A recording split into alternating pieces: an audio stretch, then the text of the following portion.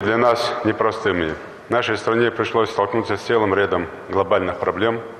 Тем не менее, страна нашла ресурсы не только для адекватного ответа этим вызовам, но и наметила новые перспективы развития и укрепления экономики.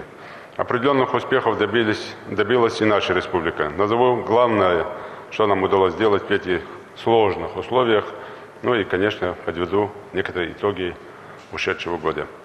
В 2017 году мы отмечали 25-летие образования нашей республики. Совместными усилиями органов всех ветвей власти и граждан мы сделали этот год памятным и по-настоящему ярким.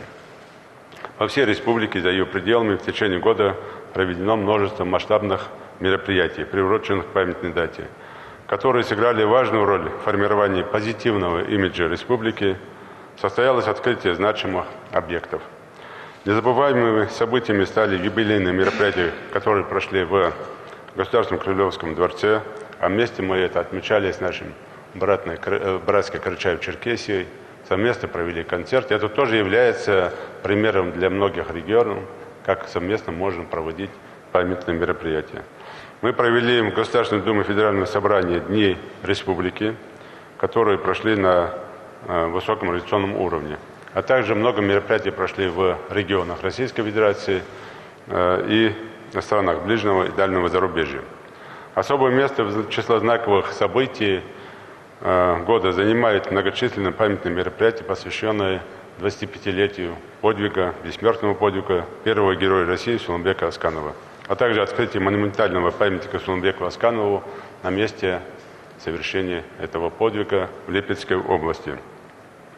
Запоминающими событиями в рамках празднования 25-летия республики стал юбилейный 25-й чемпионат России по вольной борьбе, в котором приняли участие свыше 350 сильнейших борцов из регионов России.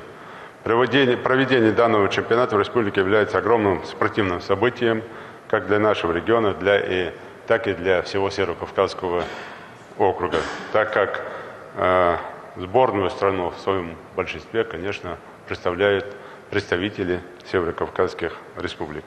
По нашему предложению, впервые в республике, как в одном из регионов СКФО, был проведен 5-й юбилейный форум СМИ.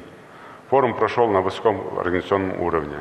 В нем приняли участие не только представители средств массовой информации, ведущие специалисты, эксперты журналистики, но также руководители федеральных министерств и ведомств.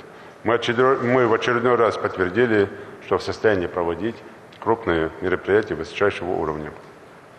Убежден, что сегодня, через 25 лет становления, мы со всей ответственностью можем сказать: Ингушетия, как регион Российской Федерации, состоялась.